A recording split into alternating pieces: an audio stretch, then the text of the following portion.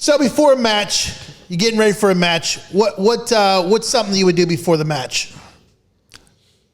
I would snort cocaine. I would do shots of vodka Nice. to get my head right. Shout out to Vodka. And Paulie would come up to me and wipe the shit off of my lip, off my nose. He'd be like, Jack, do you have to do that before a match? I'm like, yes, I do. If you want me to die, you need to make sure I got enough cocaine to snort so I can fucking die. And yes, I did it. Every fucking weekend I did it. So once you did that, nothing was off the table. No. It was fair game. You could tell me to go and shoot a midget in the head with a motherfucking bazooka, and I'd do it because it was all bets were off. Actually, that leads me to a question I have of my own. Was there ever a time in your career that you were afraid to do anything? No, Nice. never. The power of coke. Smoke it. Smoke it. A little 20, nigga. Let's talk about a couple of matches here. Let's talk about New Jack versus William Jason Lang, Thunder Wrestling Federation, and what fond memories do you have of that particular event? He is better known as Hunter Red. Mm-hmm. And he wanted to do a match with me. And he asked the promoter, could he do a hardcore match with me?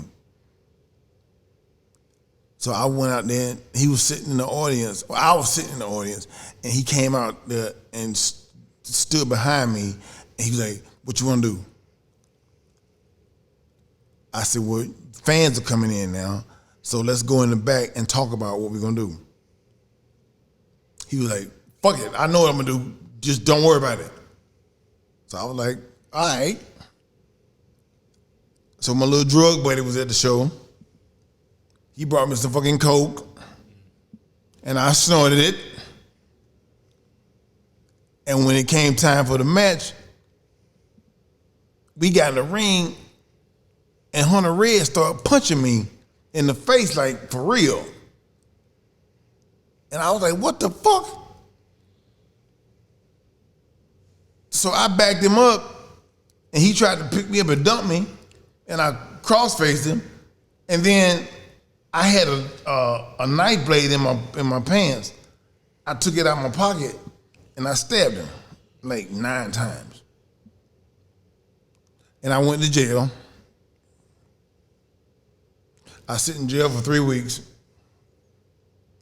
Hunter Red came to visit me. He was like, New Jack, I got an idea. He said, what if you train me and we could do the Florida circuit and we could have it billed as New Jack, Hunter Red is looking for New Jack. I said, well, you got to go drop the charges first. So he was like, okay, I'm going to do it. So he went and dropped the charges. So when the court date came up, they brought me in, and the DA was like, all your charges been dismissed, you're free to go. So they took me back to the county jail, and I got my shit, and I walked out. And I packed my clothes, I packed my car, and I left fucking Florida. I was like, fuck this shit, you know what I mean? And I never saw Hunter Red again. Has he tried to get in contact with you or track you down to the best of your knowledge? No, actually, I did talk to him one time. Okay. And I was like, let's go on Judge Joe Brown. And you can present your case like I stabbed you. And I'm gonna be the biggest dickhead in the world. Be like, yeah, I did it, so fucking what, I did it, what you gonna do about it? Because they'll give you up to $5,000. Right. And he was like, Jack, I can't do it, I'm too embarrassed. I said, well, you gonna have to split the money with me. I'm like, fuck that. And he was like, I can't do it, I'm too embarrassed. And that was the last time I talked to him. Fair enough. Talk about how you got Tiny the Terrible into the WWE. You helped him get into World Wrestling Entertainment? That little cocksucker. Yeah. He was one of the witnesses that I used when I did the shit with Eric Coulars, Mass Transit. And I called an agent, I think it was Arn Anderson I talked to. And he was an agent. And I was like, can you get this guy a spot? Just take a look at him. And he was like, well, we need some midgets right now because we're doing the big angle with Triple H. And I was like, he'll be good. And he brought him in. All right. With society today and how the world is, do you think your character would work today? Yeah. You take my character, add a little bit of Trump, President Trump in there, come to the ring with the fucking Trump hats on. And you talking, you cutting promos, you like, yeah, I don't support you black people that's on welfare and child support and baby mamas and all that shit. I don't support none of it. It will go over like a motherfucker. Yeah? Most definitely. All right. I completely agree with that. All right. You want to talk about heel heat? That will work.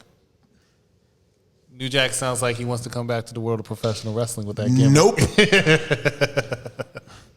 All right, let's talk about another match. This is in April 2003 against a 69-year-old who is a legend in his own right. New Jack, you fought Gypsy Joe. You want to talk about that and what did he do before the match to let you know he was ready to go? He beat the shit out of him.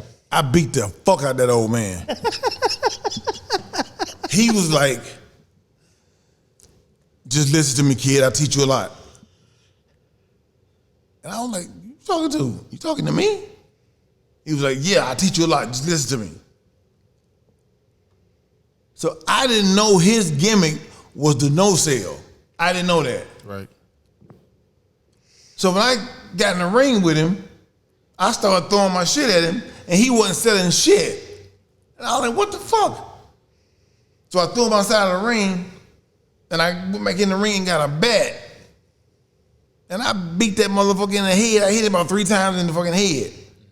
And they were calling me nigga, go home, nigga, get the fuck out of here, you fucking nigger. I'm like, y'all kiss my motherfucking ass. And the promoter stopped the match. He said, this match is being stopped due to unnecessary roughness. What? It's football now. And they stopped it. And we went home. And the crowd was okay with that. Yeah. They was all screaming at me. It's They called the cops on me the whole night. I was like, fuck y'all, get the fuck out of here. But all you can say is you beat the fuck out of him at the end of the match. Yeah. That was in 2003. 10 years later, you have your retirement match.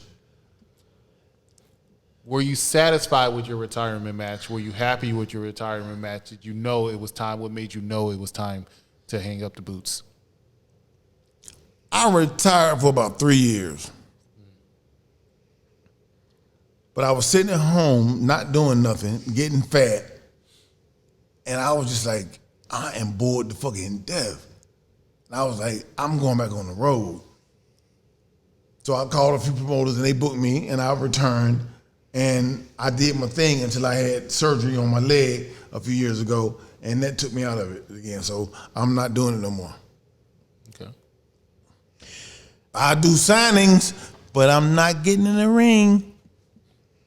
Let me ask you this. How many matches did you have before your leg got injured? I had a lot.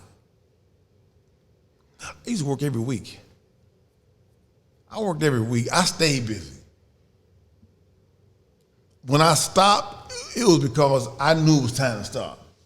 Okay. But I would fucking work every goddamn week. Have there been any regrets in your career at all? No. Even when I lost my sight, my right eye, with fucking with Vic Grimes' stupid ass, No, I don't have any regrets. I don't regret shit. What can we expect from New Jack in the upcoming futures? Any projects, anything that you're working on? I know you were talking about working with kids at a wrestling school. Can you tell us more about that? Yeah, me and my buddy got a school in Greensboro, North Carolina, and we training the kids to come there, and they work out about 3 times a week, and it's going over pretty good. I got people calling me from fucking Canada, want to come down there and train. I tell them, you got to be ready for it. You know what I mean? You can't come down there thinking you're going to get in the ring for 2 weeks and then you go out there and have a fucking match. I said, that ain't how this shit works. You got to be ready. That's it. Besides that, is there anything? Tell us about your book that came out this year. Anybody you can buy my book at theonlynewjack.com. Buy the book. It will tell you all kind of shit.